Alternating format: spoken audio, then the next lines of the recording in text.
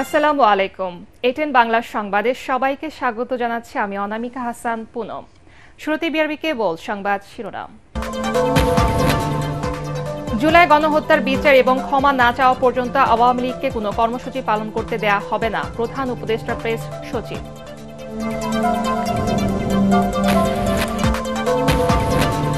নয়াদিল্লিতে আসন্ন BGB BSF মহাপরিচালক পর্যায়ের বৈঠকে গুরুত্ব পাবে অসম চুক্তি, সীমান্ত হত্যা, স্থাপনা নির্মাণ সহ নানা ইস্যু। স্বরাষ্ট্র উপদেষ্টা, কোনো ছাড় নয় বিজিবি মহাপরিচালকের হুঁশিয়ারি। দেশ বিরোধী সব চক্রান্ত রুখে দিতে ফ্যাসিবাদ বিরোধী রাজনৈতিক দলগুলোকে ঐক্যবদ্ধ থাকার আহ্বান বিএনপির ভারপ্রাপ্ত চেয়ারম্যান তারেক রহমানের। 6 মাসেও জনজীবনে স্বস্তি ফেরাতে পারেনি সরকার, সিবিডির মূল্যায়ন। পণ্যের দাম কমানোর সব পদক্ষেপ ব্যর্থ, শুল্ক বাড়াতে আইএমএফ এর চাপ গ্রহণযোগ্য নয়।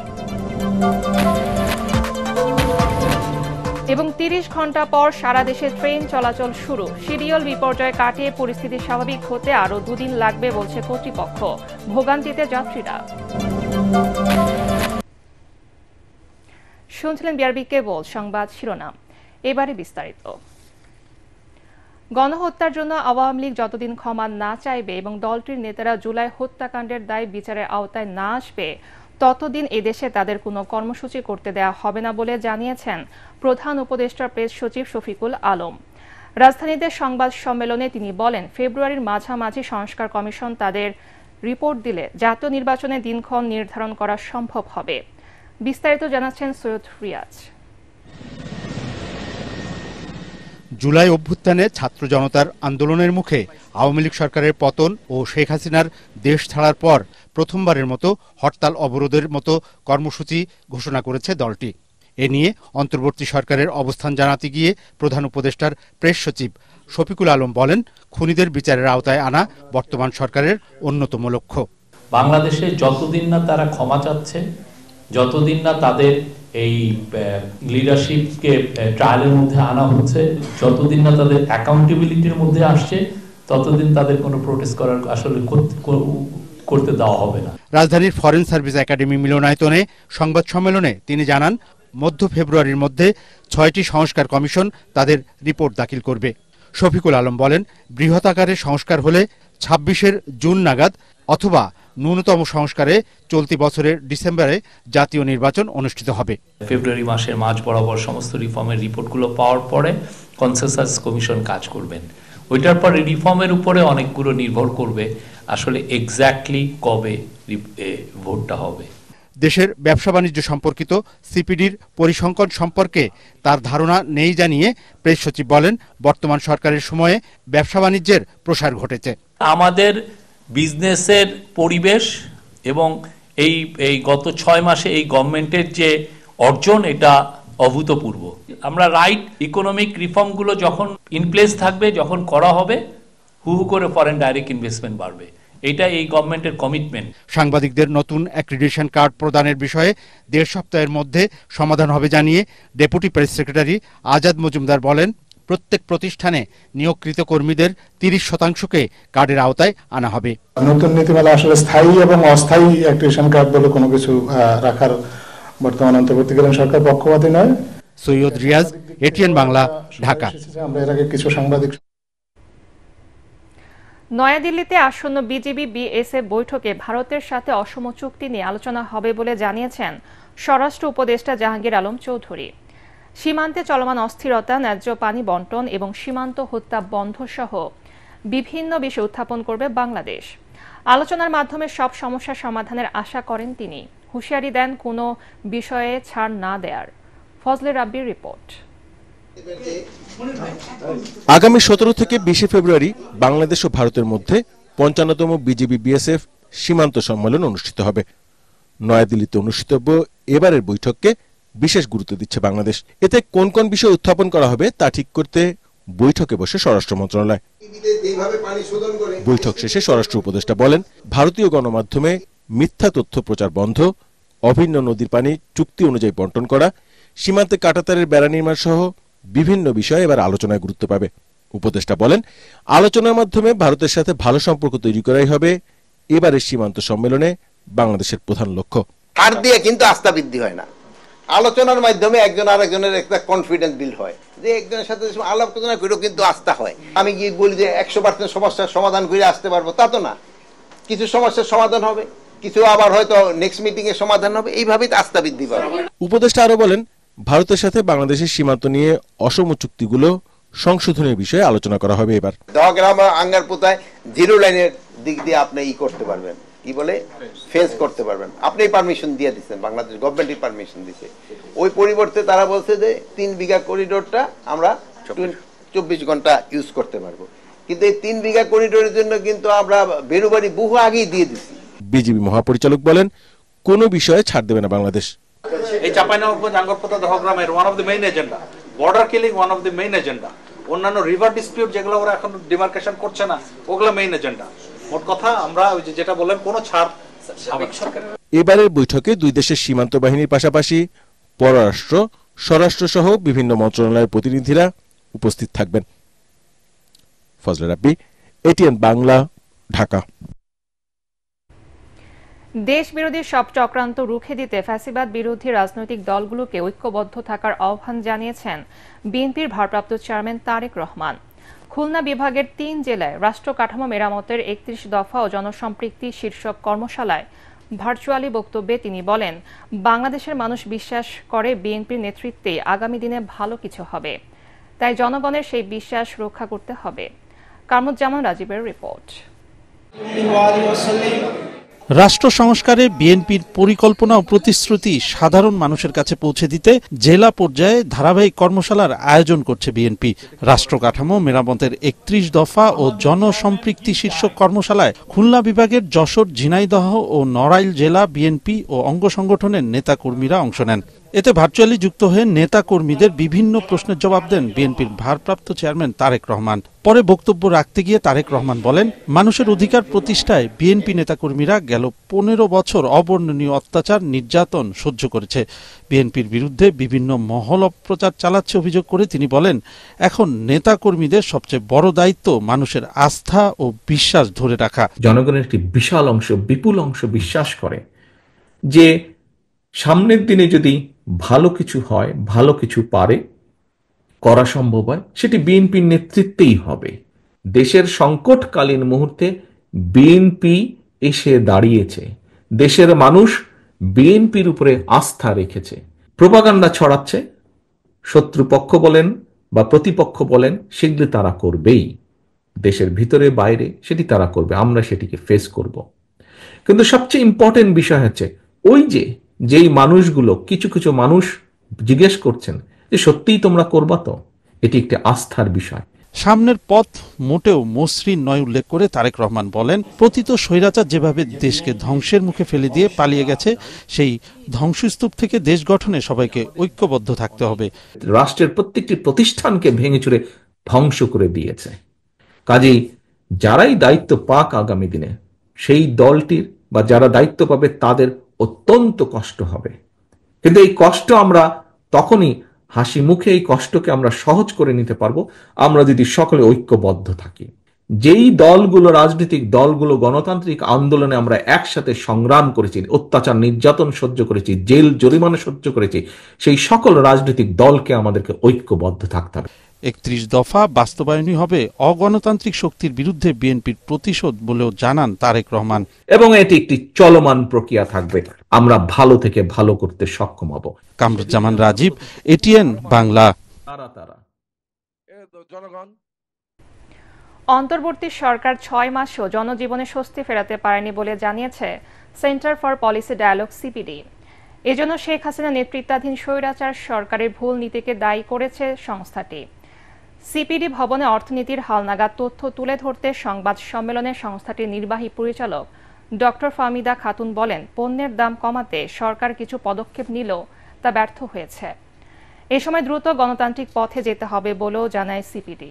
শারফুল আলমের রিপোর্ট। ভরা মৌসুমে চড়া নিত্যপণ্যের বাজার, সবজির দাম কিছুটা সহনীয় থাকলেও বেশিরভাগ পণ্যই অতিরিক্ত দামে কিনতে হচ্ছে ভোক্তাদের।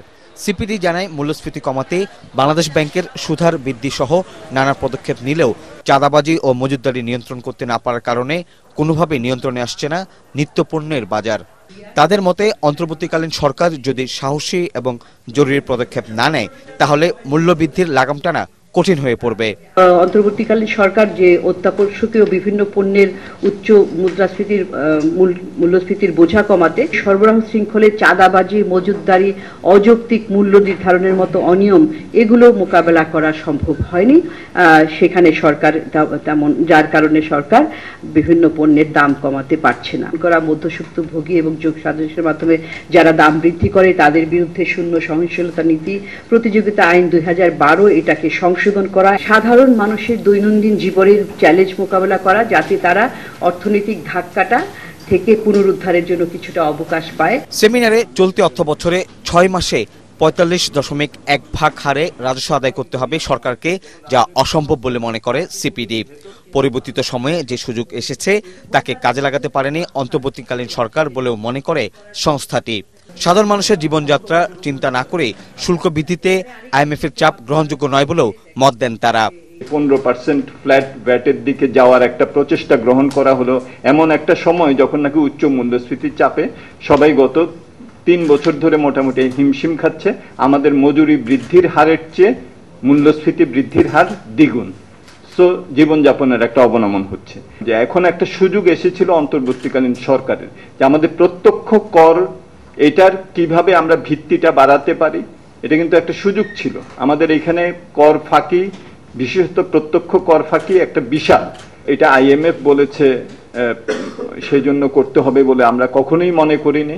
আমরা মনে করেছি যে এই সর্বনিম্ন কর জিডিপি, রাজস্ব জিডিপির হার, এটা থেকে আমাদের বেরিয়ে আসতে হবে।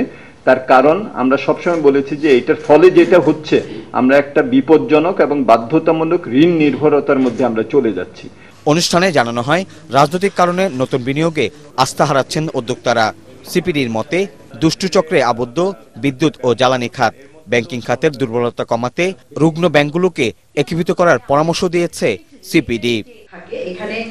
শরফুল আলম, এটিএন বাংলা, ঢাকা। রাষ্ট্রের সর্বোচ্চ পর্যায়ের সমর্থনের মাধ্যমে ব্যাংকের টাকা চুরি করা হয়েছে বলে জানিয়েছেন পররাষ্ট্র উপদেষ্টা তৌহিদ হোসেন। পররাষ্ট্র মন্ত্রণালয়ে এক অনুষ্ঠানে তিনি একথা জানান। উপদেষ্টা বলেন, ডিজিটালাইজেশনের মাধ্যমে সিস্টেমগুলো এমনভাবে উন্নত করতে হবে যেন দুর্নীতির কোনো সুযোগ না থাকে।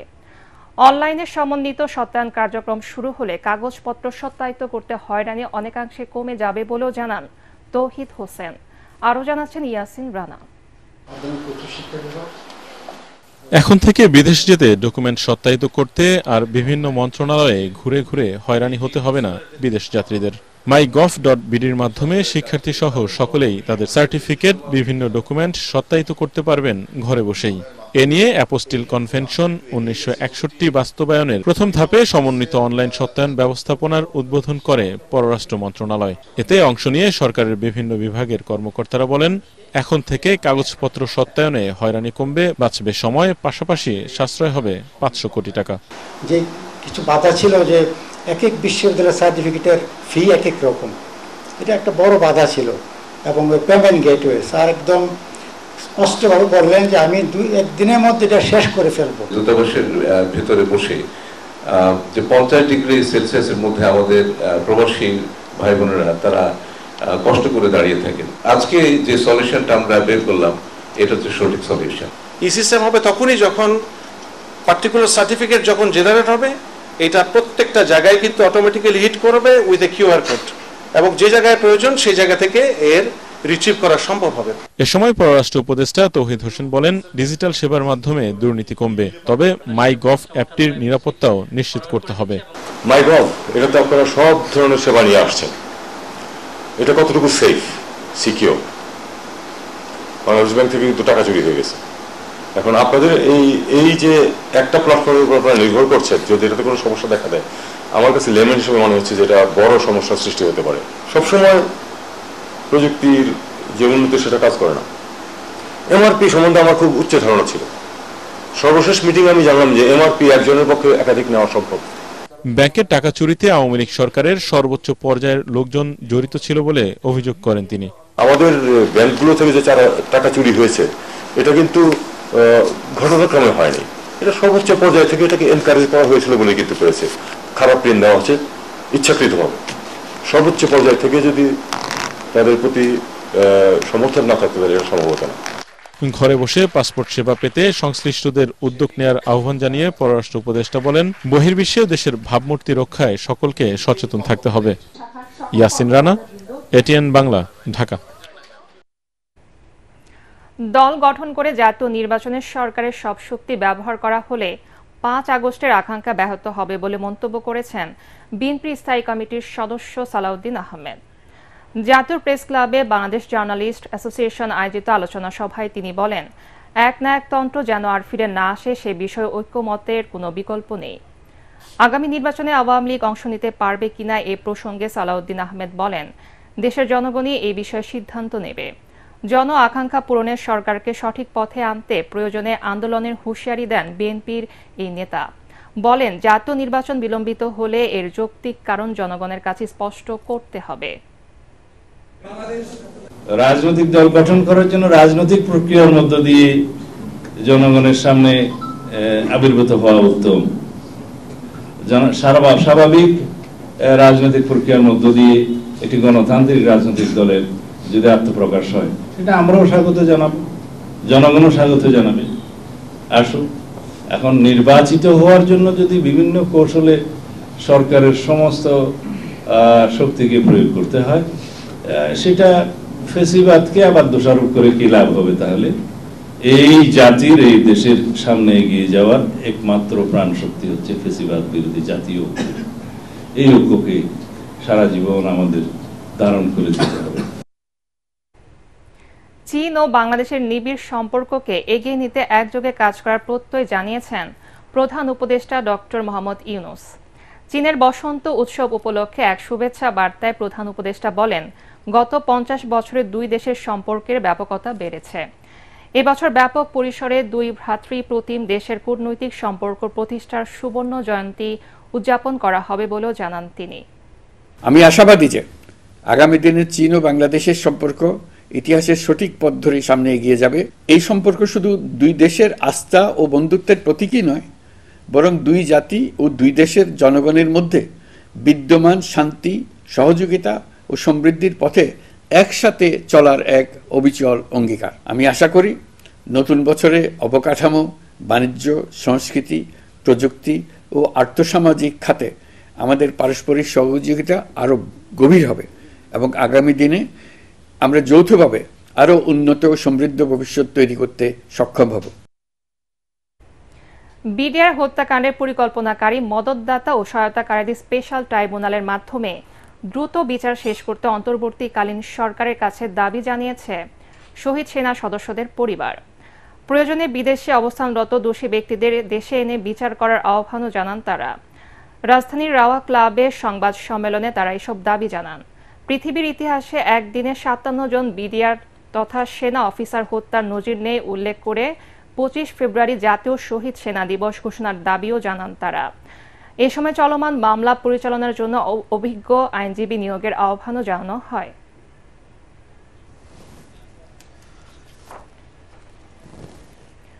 কর্মবিরতি প্রত্যাহারের পর রেল যোগাযোগ চালু হলেও কমলাপুর রেল স্টেশন থেকে 1 থেকে 1.5 ঘন্টা দেরিতে ছেড়েছে প্রতিটি ট্রেন। উৎকণ্ঠা আর ভোগান্তি মাথায় নিয়ে গন্তব্যের উদ্দেশ্যে রওনা দিয়েছেন যাত্রীরা। রেল কর্তৃপক্ষ বলছে, শিডিউল বিপর্যয়ে কাটে পরিস্থিতি স্বাভাবিক হতে আরও 2 দিন সময় লাগতে পারে। আরও জানাচ্ছেন মুশফিকুর রহমান। অসুস্থ স্ত্রী ও বৃদ্ধা মাকে নিয়ে কিশোরগঞ্জ যাবার জন্য দীর্ঘক্ষণ অপেক্ষা করছেন এই যুবক। নির্ধারিত সময় পার হয়ে গেলেও ট্রেনের খবর নেই। ভোগান্তি, অনিশ্চয়তা নিয়ে প্রহর গুনছেন কখন ছাড়বে ট্রেন। 10:30টার সময় ট্রেন। আমার ওয়াইফ অসুস্থ, আমার আম্মা আছে, বৃদ্ধ আম্মা। তো আমরা যাব কিশোরগঞ্জ। 10:30টায় ট্রেন ছাড়ার কথা, কিন্তু এখনো ট্রেন প্ল্যাটফর্মে নাই। ট্রেন চালক, গার্ড ও টিকিট চেকারদের কর্মবিরতির প্রত্যাহারের পর শুরু হয়েছে ট্রেন চলাচল। তবে শিডিউল জটের কবলে যাত্রীরা। সকাল 9টায় টিকিট কাটছি, এখনো ট্রেন লাগায় না তিতাস। আইসা আর ওই যে বসে, মানে এখানে তো বসারও জায়গা নাই। আমরা মনে করেন যে এক ধরনের হ্যারাসমেন্ট হইতেছে। কয়টা বাজে দিব গাড়ি? কালকে থেকে ঘুরতেছি। ট্র্যাক ব্যালেন্সের কারণে নির্দিষ্ট সময়ে ছাড়তে পারছে না ট্রেন। রেল কর্তৃপক্ষ বলছে যোগাযোগ পুরোপুরি স্বাভাবিক হতে আরো 2 দিন সময় লাগবে। শিডিউল বিপর্যয়ের কারণে ঢাকা থেকে ছাড়ার কথা থাকলেও বাতিল করা হয় জয়ন্তিকা ও বুড়িমারি এক্সপ্রেসের যাত্রা। I'm going to Shrimangal today, Jayantika Express. And someone tells me it's cancelled, someone said it's not cancelled, so I'm a little bit confused right now what's going on. বাইরে থেকে যেগুলো ছেড়ে আসছে ওগুলো আশা করতে সময় মতো পৌঁছাবে। কিছুটা ঢাকা থেকে যেভাবে ইঞ্জিনের কারণে কিছুটা লেট হচ্ছে, ওই ট্রেনগুলো কিছু সামান্য কিছু লেট হবে। লেটগুলো ইনশাল্লাহ আমরা 2-1 দিনের ভিতরে মেকআপ হয়ে যাবে। এর আগে মধ্যরাতে রেলপথ উপদেষ্টা ফয়জল কবির খানের সঙ্গে বৈঠকে দাবি দাওয়া মেনে নেওয়ার পর কর্মবিরতি প্রত্যাহার করে নেন শ্রমিক নেতারা। আমরা নিজের থেকে দুঃখিত প্রকাশ করতেছি এবং আমরা এখন থেকে আমি আমার স্টাফ ভাইদেরকে বলবো তারা যেন তাদের কর্মে ফিরে যায়। কর্মবিরতির কারণে কয়েক কোটি টাকার লোকসানের মুখে পড়ে রেল কর্তৃপক্ষ। দ্রুত এবং নিরাপদে গন্তব্যে পৌঁছাতে দেশের মানুষের ভরসা এখনো ট্রেনেই। স্বস্তির সেই বাহনের রানিং স্টাফদের কর্মবিরতির ফলে দুর্ভোগ নেমে আসে যাত্রীদের চলাচলে। আন্দোলনকারীরা কাজে ফিরলেও ট্রেন ছেড়ে যাচ্ছে বিলম্বে, ফলে নতুন বিড়ম্বনায় পড়েছেন যাত্রীরা। মুশফিকুর রহমান, এটিএন বাংলা, ঢাকা। এদিকে সকাল 7:30টার ঢাকাগামী আন্তনগর সুবর্ণ এক্সপ্রেস ট্রেনটি চট্টগ্রাম রেল স্টেশন ছেড়ে যায় সকাল 9:05। ঢাকাগামী আরেকটি ট্রেন চট্টলা এক্সপ্রেস সকাল 6টায় ছেড়ে যাওয়ার কথা থাকলেও তা ছাড়ে 8:10। অন্যদিকে সকাল 7:50 সিলেটগামী পাহাড়িকা এক্সপ্রেস চট্টগ্রাম স্টেশন ত্যাগ করে 8:40। ট্রেন দেরিতে ছাড়লেও স্বস্তি প্রকাশ করেছেন যাত্রীরা। খুলনায় শিডিউল বিপর্যয়ের কারণে ভোর 6টায় ঢাকার উদ্দেশ্যে ছেড়ে যাওয়া জাহানাবাদ এক্সপ্রেসের যাত্রা বাতিল করা হয়। এছাড়াও সকাল 7:15টায় প্রথম চিলাহাটির উদ্দেশ্যে খুলনা স্টেশন ছেড়ে যায় রূপসা এক্সপ্রেস। ফেসবুকে দেখলাম যে চলবে, তো প্রথমে বাসে যাওয়ার কথা ছিল, পরে ট্রেন যাবে শুনে ট্রেনেই যাবো আর কি। রাতে 3টায় যেহেতু দেখলাম একটা সমাধান হয়েছে, তো অল্প ঘুমের মাধ্যমে আমরা চলে আসি দেখতেছি যে বর্তমান পরিস্থিতি একটু স্বাভাবিক আছে, তো আশা করি এখন সুস্থভাবে যাইতে পারবো। আর যে একটা শিডিউল আছে আশা করি ওটা ঠিক করে দেবে, যাতে সবাই প্যাসেঞ্জাররা সঠিক মতো যাত্রাটা ভ্রমণ করতে পারে। এখন এসে দিই যে আবার শিডিউল বিপর্যয়, এটা স্বাভাবিক হয়েছে, তারপরও ভালো লাগতেছে, যাত্রারা তো মাইনে নিচ্ছে। টঙ্গীর তুরাগ তীরে শুক্রবার শুরু হচ্ছে বিশ্ব ইজতেমার প্রথম পর্ব। মুসলিম উম্মার দ্বিতীয় বৃহত্তম এই মিলন মেলায় অংশ নিতে এরই মধ্যে ইজতেমা স্থলে জড়ো হতে শুরু করেছেন দেশি বিদেশি মুসল্লিরা। ইজতেমা মাঠ পরিদর্শন শেষে নিরাপত্তায় সব ধরনের প্রস্তুতি নেয়ার কথা জানিয়েছেন আইজিপি বাহরুল আলম। মিজান শাহজাহানের রিপোর্ট। শুক্রবার ফজরের নামাজের পর আমবয়ানের মধ্য দিয়ে শুরু হতে যাচ্ছে বিশ্ব ইজতেমার প্রথম পর্ব।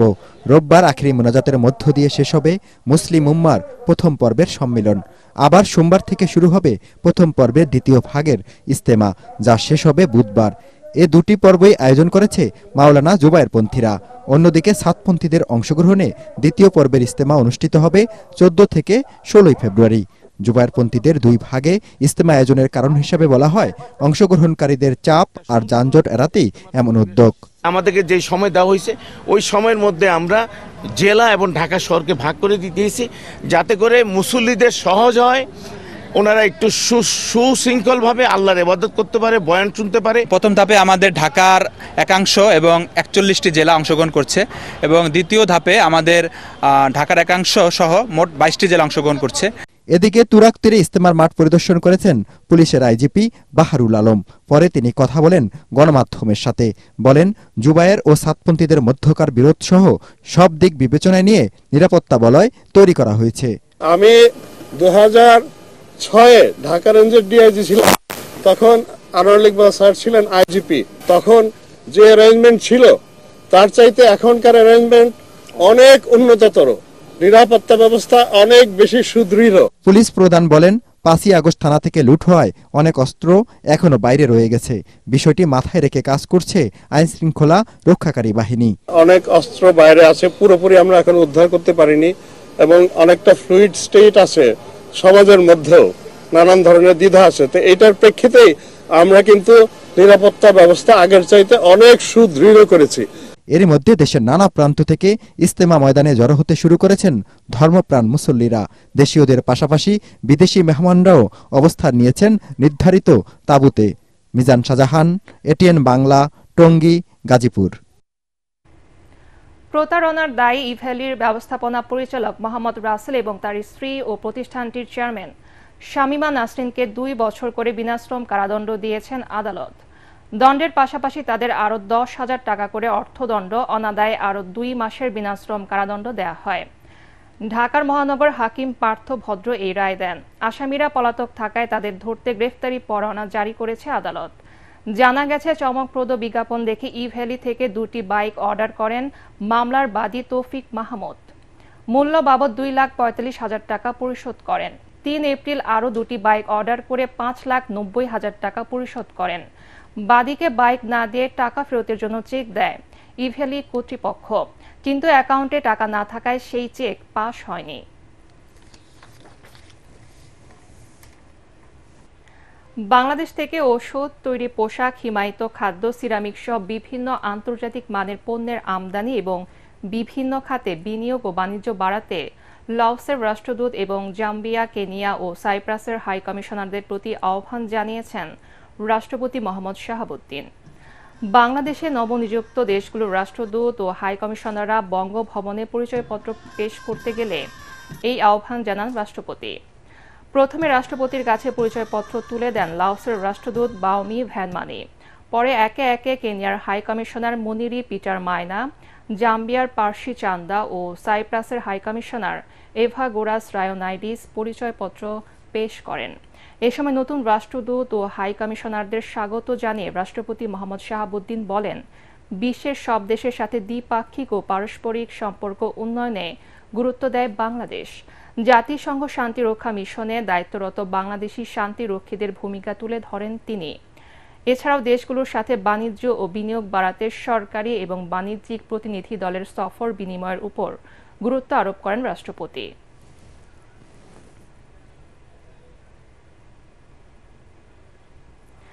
বরিশাল মহানগরী সহ বিভাগের 6 জেলায় টিসিবির 2.5 লাখ কার্ড বাতিল করা হয়েছে। কোনো কিছু না জানে হঠাৎ কার্ডগুলো বাতিল হওয়ায় চরম বিপদে পড়েছেন নিম্ন আয়ের মানুষেরা। সংশ্লিষ্ট কর্তৃপক্ষ বলছে, বাতিল হওয়া কার্ডগুলো যাচাই বাছাই করে নতুন করে বিতরণ করা হবে। বরিশাল প্রতিনিধি মোহাম্মদ হুমায়ুন কবিরের পাঠানো রিপোর্ট জানাচ্ছেন আসিফুর রহমান সাগর। টিসিবির হিসেব অনুযায়ী সিটি কর্পোরেশন সহ বরিশাল বিভাগের 6 জেলায় 5,98,968টি কার্ডের মধ্যে 3,48,134টি কার্ড স্মার্ট কার্ডে রূপান্তর করা হয়। বাকি 2,50,834টি কার্ড বাতিল করেছে টিসিবি।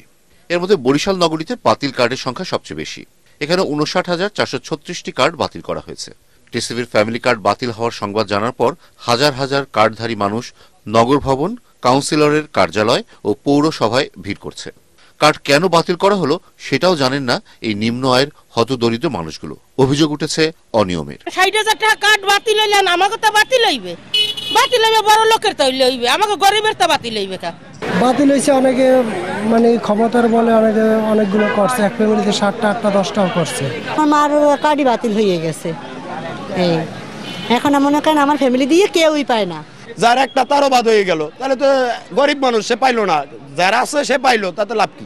স্থানীয় টিসিবি কর্তৃপক্ষ বলছে, কার্ডের মধ্যে বিভিন্ন তথ্য উপাত্ত ভুল থাকা, বায়োমেট্রিক পদ্ধতিতে মোবাইলে নিবন্ধন না করা সহ বিভিন্ন কারণে এসব কার্ড বাতিল করা হয়েছে। যাদের এই কার্ডগুলো হয়নি, যে শূন্যস্থান তৈরি হয়েছে, সেই শূন্যস্থানে সিটি কর্পোরেশন এবং জেলা প্রশাসন নতুন করে উপকারভোগী তারা নিবন্ধন করতে পারবেন। সিটি কর্পোরেশন বলছে, মিথ্যা তথ্য দিয়ে নিয়ম ভেঙে ও এক পরিবারে একাধিক টিসিবি কার্ড গ্রহণের মতো অভিযোগে এসব কার্ড বাতিল হয়েছে। কার্ডগুলো বাতিল হয়েছে আমাদের টিসিবি সেন্ট্রাল থেকে, অর্থাৎ অনলাইনে চেক করে তারা বিভিন্ন ক্রাইটেরিয়াতে বাতিল করেছে আর কি। এগুলো আমরা দিছি। তাই এখন পরবর্তীতে আমাদের কাছে যেটা দেওয়া আছে যে আমরা যদি এরকম গরিব নিরীহগুলো পাই, তাহলে পর্যায়ক্রমের মধ্যে 90,000, এগুলো পর্যায়ক্রমে আমরা 90,000 আবার ফিল আপ করি। নিত্যপণ্যের ঊর্ধ্বগতির এই সময়ে এভাবে বিনা নোটিসে কার্ড বাতিল করায় চরম বিপদের মুখোমুখি বরিশালের হতদরিদ্র মানুষ। Bureau report, ATN Bangla. শ্রমিকদের কর্মবিরতির কারণে বরিশাল রূপাতলী বাস টার্মিনাল থেকে রাজধানী ঢাকা সহ দক্ষিণ পশ্চিমাঞ্চলের 16 রুটে বাস চলাচল বন্ধ রয়েছে। যানমালের নিরাপত্তার দাবিতে সকাল থেকেই ধর্মঘটের ডাক দেয় দক্ষিণাঞ্চলীয় বাস মালিক শ্রমিক সমন্বয় পরিষদ। সোমবার বরিশাল নগরীর রূপাতলীতে কলেজ শিক্ষার্থীদের উপর হামলার ঘটনায় শিক্ষার্থীরা বাস ভাঙচুর ও সড়ক অবরোধ করে। এই সময় 4 ঘণ্টা বাস চলাচল বন্ধ থাকে। পরে বাস সহ অন্যান্য যানবাহন চলাচল শুরু হলেও আজ সকাল থেকে বাস ধর্মঘটের ডাক দেয় পরিবহন শ্রমিকরা। ধর্মঘটের কারণে চরম দুর্ভোগে পড়েছেন যাত্রীরা। খুলনায় স্থগিত করা হয়েছে ট্যাঙ্ক লরি শ্রমিক ইউনিয়নের ধর্মঘট। মধ্যরাতে বৈঠকে প্রশাসনের কাছ থেকে আশ্বাস পাওয়ার পর কর্মসূচি স্থগিত করা হয় বলে জানিয়েছেন বিভাগীয় জ্বালানি তেল পরিবেশক সমিতির সাধারণ সম্পাদক মোরল আব্দুস সোবহান। সকালে খুলনার 3টি ডিপো থেকে তেল উত্তোলন ও পাম্পগুলোতে তেল সরবরাহ শুরু হয়। গত রোববার দুপুরে খুলনা ডিবি পুলিশ শ্রমিক নেতা আলী আজিমকে একটি মামলায় গ্রেফতার করার পর ধর্মঘট শুরু করে ট্যাঙ্ক লরি শ্রমিক ইউনিয়ন। দুর্যোগের ঝুঁকি হ্রাস এবং জানমাল রক্ষায় আগাম সতর্ক করার বিশেষ কার্যক্রম হাতে নিয়েছে দুর্যোগ ব্যবস্থাপনা অধিদপ্তর।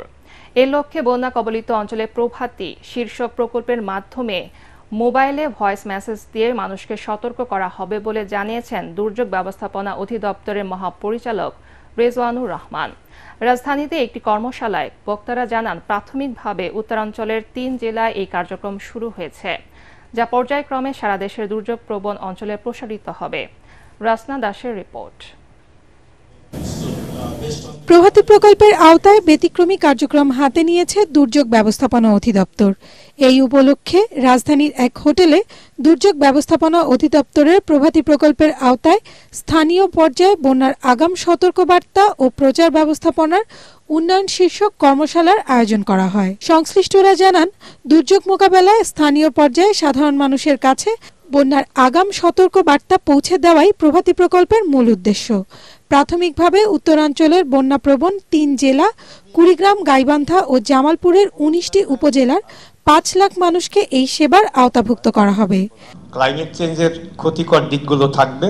আমরা এখানে প্রত্যেকে যার যে জায়গায় আছি, যে যতটুকু কন্ট্রিবিউট করতে পারি, আমরা যদি সেটা করি তাহলে সবাই মিলে এটাকে উইন করা সম্ভব। কৃষকদের অনেক বেশি উপকারে আসবে এই প্রকল্প বাস্তবায়ন কাজ শেষ হলে, যখন আমরা এটাকে রেপ্লিকেশনে নিয়ে যেতে পারবো, কারণ তারা জানতেছে তার ফসলের মাঠে পানি যাবে কিনা। এই প্রকল্পটাকে আমরা ভবিষ্যতেও চিন্তা করছি যে আমরা এটাকে অন্য জেলাগুলোতে, বন্যাপ্রবণ জেলাগুলোতে নিয়ে যাওয়া যায় কিনা। এই সময় দুর্যোগ ব্যবস্থাপনা অধিদপ্তরের মহাপরিচালক রেজওয়ানুর রহমান জানান, ঝুঁকিপূর্ণ এলাকার কতটুকু অংশ বন্যায় প্লাবিত হতে পারে সে তথ্য স্থানীয় জনগোষ্ঠীর কাছে বন্যা আসার আগেই পৌঁছে দেবে প্রভাতী প্রকল্প। কুড়িগ্রাম, গাইবান্ধা, জামালপুর এই 3টি বন্যাপ্রবণ জেলার 17টি উপজেলার 174টি ইউনিয়নে আমরা এই বিশেষ করে মৌসুমী বন্যার সংকেতগুলি কিভাবে মৌসুমী বন্যার বিষয়টি সাধারণ জনগণের কাছে দ্রুততার সাথে পৌঁছাতে পারি। আয়োজকরা জানান, প্রভাতী প্রকল্পের মাধ্যমে দেশে প্রথমবারের মতো প্রযুক্তির ব্যবহার করে বন্যার আগাম সতর্কীকরণ পৌঁছে যাবে প্রান্তিক জনগোষ্ঠীর কাছে। রাসনা দাস, ATN বাংলা, ঢাকা। এবারে আল আরাফা ইসলামী ব্যাংক অর্থ সংবাদ।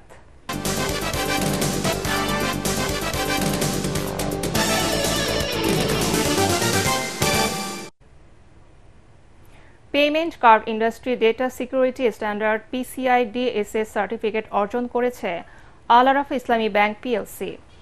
ব্যাংকের প্রধান কার্যালয়ে আয়োজিত অনুষ্ঠানে ব্যাংকের ব্যবস্থাপনা পরিচালক ও CEO ফরমান আর চৌধুরীর হাতে সার্টিফিকেট হস্তান্তর করেন সার্টিফাইং অথরিটি কন্ট্রোল কেসের সভাপতি সুরেশ দাতলানি।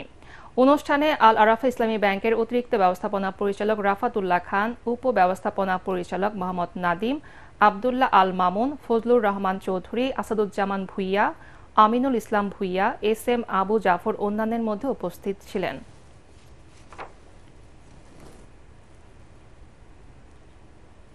গাজীপুরে উদ্বোধন হল আকিস বশির গ্রুপের tableware exclusive display showroom emporium ও আকিস স্টোরের প্রথম এক্সক্লুসিভ ডিলার শোরুম। শোরুম দুটির উদ্বোধন করেন আকিস বশির গ্রুপের chief operating officer Mohammad Khurshed Alam. এ সময় তিনি বলেন, গ্রাহকদের চাহিদা পূরণে পর্যায়ক্রমে সারা দেশে এরকম শোরুম চালু করবে আকিস বশির গ্রুপ। নান্দনিক ডিজাইনের ডিনার সেট ও সিরামিক পণ্যের এক্সক্লুসিভ ডিসপ্লে সেন্টারটি টঙ্গীর চেরাগলিতে খোলা হয়েছে। অন্যদিকে আকিজ স্টোরের প্রথম এক্সক্লুসিভ ডিলার শোরুমটি চালু করা হয়েছে গাজীপুর শহরের বিআইডিসি রোডের শিববাড়িতে।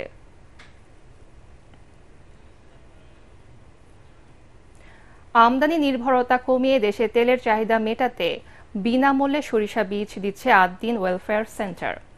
পল্লী কর্মসহায়ক ফাউন্ডেশনের সার্বিক সহযোগিতায় বীজের পাশাপাশি কোনো অর্থ ছাড়াই জৈব সার, রাসায়নিক সার, বালাইনাশক এবং প্রশিক্ষণও দিচ্ছে প্রতিষ্ঠানটি। 2021 সাল থেকে এ পর্যন্ত 75 জন কৃষককে নতুন জাতের বাড়ি সরিষা 14 এর বীজ দেওয়া হয়েছে। অল্প সময়ে অধিক ফলন হওয়ায় দিন দিন নতুন জাতের সরিষা চাষে ঝুঁকছেন কৃষকরা। যশোর থেকে তামান্না ফারজানার রিপোর্ট, জানাচ্ছেন মুশফিকুর রহমান। হলুদ সরিষা ফুলে ছেয়ে গেছে ফসলের মাঠ। নতুন জাতের বাড়ি 14 ও ফলন নিয়ে যে দুশ্চিন্তা ছিল তা কেটে গেছে। মাগুরা জেলার মোহাম্মদপুর উপজেলার রসুলপুর গ্রামের কৃষকদের চোখে এখন অধিক লাভবান হওয়ার প্রত্যাশা।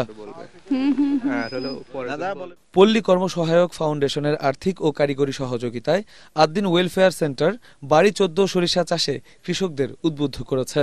2021 সাল থেকে মাগুরার মোহাম্মদপুর উপজেলার বাবুখালী সেন্টারে শুরু হয় এ কার্যক্রম। কৃষকরা বলছেন, এ জাতের সরিষা গাছের উচ্চতা মাঝারি, তাই ফসলের ভারে গাছ হেলে পড়ার আশঙ্কা কম। আর বীজে তেলের পরিমাণ প্রায় 45%। প্রতি শতকে ফলন হয় 6.5 থেকে 7.5 কেজি। আর মাত্র 80 দিনেই পাওয়া যায় ফসল। আদ্দিন কোম্পানি থেকে আমাদেরকে সার, বীজ, বিভিন্ন উপকরণ বিনামূল্যে বিতরণ করেছে। বাড়ি 14 সরিষা বীজ বপন করেছি, অনেক আশা করি অনেক ফলন পাবো। কম সময়ে উন্নত জাতের সরিষা চাষ করে খুশি কৃষকরা। এ ফসল চাষে দিন দিন বাড়ছে আগ্রহ। অন্যান্য সরিষা আছে, এটার দাম ভালো পাবো। আমার দেখা দেখে আশেপাশে আরো অনেকেই চাষ করেছে এবং সবার ফসলই খুব সুন্দর হয়েছে। কৃষকদের আয় বৃদ্ধির জন্য তাদের নানাভাবে আদ্দিন ওয়েলফেয়ার সেন্টার সহযোগিতা করছে বলে জানান প্রতিষ্ঠানটির কৃষি কর্মকর্তা। আদ্দিনের যে সদস্য পর্যায়ে বিভিন্ন প্রদর্শনী, তার ভিতরে উপপ্রকল্পের যাতে ফসলটা আমরা প্রদান করে থাকছি। সদস্যদের সাথে কথা বলে বোঝা যাচ্ছে যে তারা আগে যে জাতটা চাষ করছে তার থেকে এটা অনেক ভালো হবে। ধীরে ধীরে নতুন জাতের সরিষা চাষে কৃষকরা আগ্রহী হয়ে উঠবে, এমনটাই প্রত্যাশা সংশ্লিষ্টদের। মুশফিকুর রহমান, এটিএন বাংলা। এবারে পার্টিস খেলার খবর।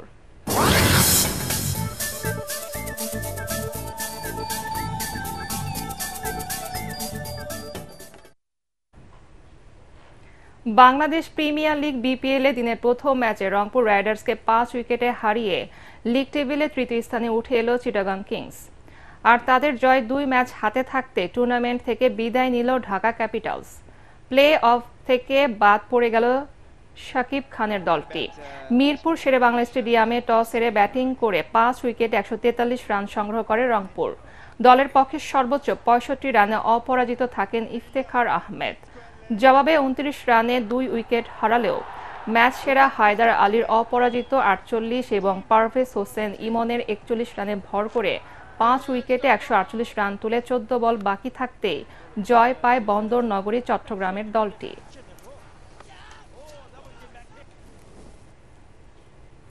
চ্যাম্পিয়ন্স লিগে নকআউট পর্বের আশা বাঁচিয়ে রাখতে রাতে ক্লাব ব্রাগার বিপক্ষে মাঠে নামছে ম্যানচেস্টার সিটি।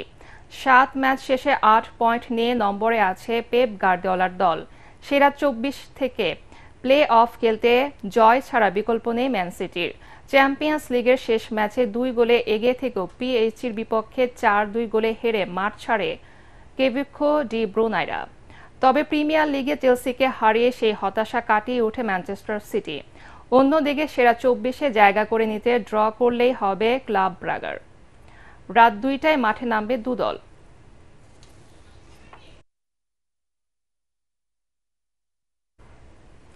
বাংলাদেশ সার্ফিং অ্যাসোসিয়েশনের উদ্যোগে কক্সবাজার সমুদ্র সৈকতের লাবণী পয়েন্টে শুরু হয়েছে তারুণ্যের উৎসব।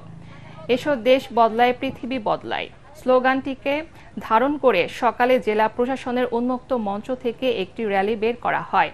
বিপুল সংখ্যক নারী ও পুরুষ সার্ফারের অংশগ্রহণে র্যালিটি পুরো সৈকত এলাকা প্রদক্ষিণ করে। এ সময় বিএসএর সাধারণ সম্পাদক মোয়াজ্জেম হোসেন রোকন, কার্যনির্বাহী সদস্য ও সিনিয়র ইনস্ট্রাক্টর সাইফুল্লাহ সিফাত, সিনিয়র সার্ফার শুকুর ও জাগো ফাউন্ডেশনের প্রজেক্ট ম্যানেজার আমজাদ হোসেন উপস্থিত ছিলেন। আগামী 5 ফেব্রুয়ারি সেরা পারফর্মার নির্বাচন এবং সংবর্ধনার মধ্য দিয়ে শেষ হবে সপ্তাহব্যাপী এই তারুণ্যের উৎসব। শেষ করার আগে বিআরবি কেবল সংবাদ শিরোনাম আরেকবার। জুলাই গণহত্যার বিচার এবং ক্ষমা না চাওয়া পর্যন্ত আওয়ামী লীগকে কোনো কর্মসূচি পালন করতে দেওয়া হবে না, প্রধান উপদেষ্টা প্রেস সচিব।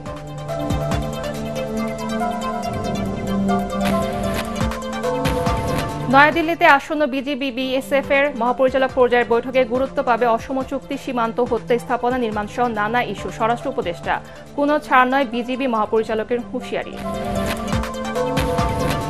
দেশ বিরোধী সব চক্রান্ত রুখে দিতে ফ্যাসিবাদ বিরোধী রাজনৈতিক দলগুলোকে ঐক্যবদ্ধ থাকার আহ্বান বিএনপির ভারপ্রাপ্ত চেয়ারম্যান তারেক রহমানের।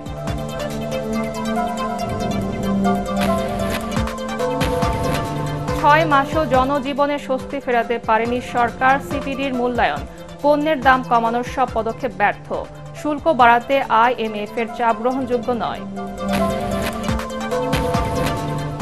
এবং 30 ঘন্টা পর সারা দেশে ট্রেন চলাচল শুরু, শিডিউল বিপর্যয় কাটিয়ে পরিস্থিতি স্বাভাবিক হতে আরও 2 দিন লাগবে বলছে কর্তৃপক্ষ, ভোগান্তিতে যাত্রীরা। পরবর্তী সংবাদ দেখার আমন্ত্রণ জানিয়ে এখনকার মতো শেষ করছে। এটিএন বাংলার সংবাদ ইউটিউবে দেখতে ব্রাউজ করুন, youtube/ATN বাংলা নিউজ। ধন্যবাদ সবাইকে।